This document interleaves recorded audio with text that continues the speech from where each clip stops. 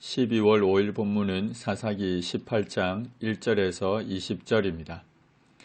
그때에 이스라엘에 왕이 없었습니다. 하나님의 뜻에 따라 통치하는 왕이 없어 사람들은 자신들의 판단에 따라 행동했습니다. 이것은 단지 개인의 문제만이 아니라 지파의 문제이기도 했습니다.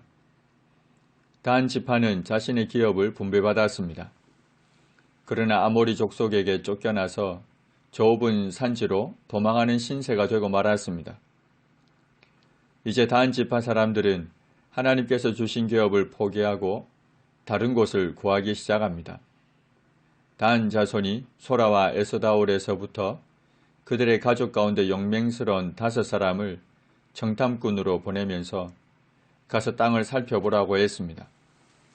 그들이 땅을 살피러 가는 중에 에브라임 산지에 가서 미가의 집에 이르러 거기에 유숙했습니다. 그들이 미가의 집에 있을 때 그 레위 청년의 음성을 알아들었습니다. 에브라임 산지에서 유다 베들레헴 지역의 억양 혹은 방언으로 말하는 소리를 듣고는 그가 에브라임 사람이 아님을 직감했습니다. 그에게 누가 너를 이리로 인도했으며 네가 여기서 무엇을 하며 여기서 무엇을 얻었느냐고 물었습니다. 그러자 레위 청년이 미가가 이러이러하게 나를 대접하고 나를 고용하여 나를 자기의 제사장으로 삼았느니라 하고 대답했습니다. 이 이야기를 들은 5명의 정탐꾼이 레위 청년에게 청하건대 우리를 위하여 하나님께 물어 보아서 우리가 가는 길이 형통할는지 우리에게 알게 하라고 했습니다. 당시 종교 혼합주의에 빠져있던 단 지파의 정탐꾼들은 미가의 제사장이 에봇과 드라빔을 가지고 있었기 때문에 이를 통해 하나님의 뜻을 분별할 수 있을 것으로 생각하고 이런 요청을 했습니다.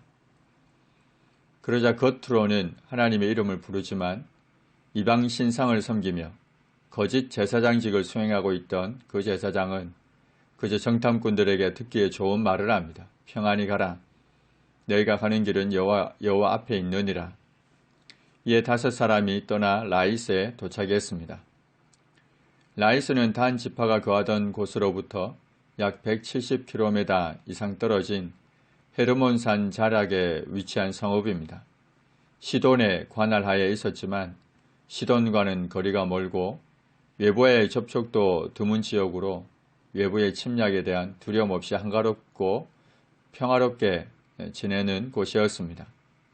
5사람이 본즉 염려 없이 거주하며 시돈 사람들이 사는 것처럼 평온하며 안전했습니다. 그 땅에는 부족한 것이 없으며 부를 누리며 시돈 사람들과 거리가 멀고 어떤 사람과도 상종하지 아니했습니다. 정탐을 한 5사람이 소라와 에스다올에 돌아왔습니다. 그들의 형제들이 너희가 보기에 어떠하냐고 그들에게 물었습니다. 그러자 이렇게 대답했습니다. 일어나 그들을 치러 올라가자. 우리가 그 땅을 본즉 매우 좋더라. 너희는 가만히 있느냐? 나아가서 그 땅 얻기를 게을리하지 말라. 너희가 가면 평화로운 백성을 만날 것이요. 그 땅은 넓고 그곳에는 세상에 있는 것이 하나도 부족함이 없느니라. 하나님이 그 땅을 너희 손에 넘겨주셨느니라. 이들이 얼마나 호전적인지 알 수 있습니다. 그뿐이 아닙니다. 이들이 하나님이 넘겨주셨다고 표현하지만 실제로는 하나님이 주신 기업을 포기하고 외형적으로 더 얻기 쉬운 땅, 더 좋은 환경의 땅을 차지하려는 인본주의적 발상에 지나지 않습니다.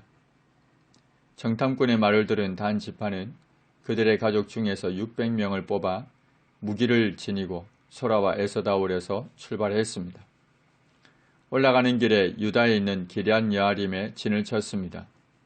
기럇 여아림은 문자적으로 숲이 많은 성읍이라는 뜻인데 숲이 우거진 산악지대에 있었음을 알 수 있습니다.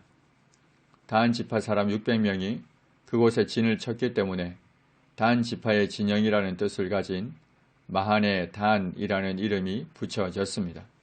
이곳은 기럇 여아림 뒤에 있습니다. 무리가 거기서 떠나 에브라임 산지 미가의 집에 도착했습니다. 전에 라이스 땅을 정탐하러 갔던 5사람이 그 형제들에게 이야기했습니다. 이 집에 에봇과 드라빔과 색인 신상과 부어 만든 신상이 있는 줄을 너희가 아느냐? 그런즉 이제 너희는 마땅히 행할 것을 생각하라. 미가의 집에 있는 우상들을 취해서 그것으로 하나님의 뜻을 묻고 그들의 앞길이 형통하기를 구하자고 했습니다. 그런 후에 5사람이 그쪽으로 향하여 그 청년 레위 사람의 집, 곧 미가의 집에 이르렀습니다. 그에게 평안의 인사를 하면서 동시에 단 자손 600명은 무기를 지니고 문 입구에 섰습니다. 그 땅을 정탐하러 갔던 5사람이 그리로 들어가서 새긴 신상과 에봇과 드라빔과 부어 만든 신상을 취했습니다. 이때 그 제사장은 무기를 지닌 600명과 함께 문 입구에 서 있었는데 이것들을 가지고 나오자 너희가 무엇을 하느냐고 물었습니다. 항의했습니다. 그들이 그에게 잠잠하라, 네 손을 입에 대라고 했습니다. 아무 말도 하지 말라고 했습니다. 그러면서 제안을 합니다. 우리와 함께 가서 우리의 아버지와 제사장이 되라. 네가 한 사람의 집의 제사장이 되는 것과 이스라엘의 한 지파, 한 족속의 제사장이 되는 것 중에서 어느 것이 낫겠느냐? 단 지파 사람들 역시 잘못된 신앙을 가지고 있었습니다. 신상이 있고 제사장이 있으면 하나님의 축복을 받을 것이라 여겼던 겁니다. 그런데 더욱 놀라운 것은 그 제사장의 반응입니다. 마음에 기뻐합니다. 그는 미가의 집에서 적지 않은 연봉과 대우를 받고 있었습니다. 그럼에도 불구하고 더 좋은 조건의 제안이 들어오자 미가를 저버리고 단 지파를 따라가 버립니다. 거짓 제사장직을 수행하던 그에게 종교적인 열정보다는 재물에 대한 욕망 그리고 명예욕이 앞서 있었습니다. 그 제사장은 마음에 기뻐하여 에봇과 드라빔과 새긴 우상을 받아가지고 단 지파 백성들 가운데로 들어갔습니다.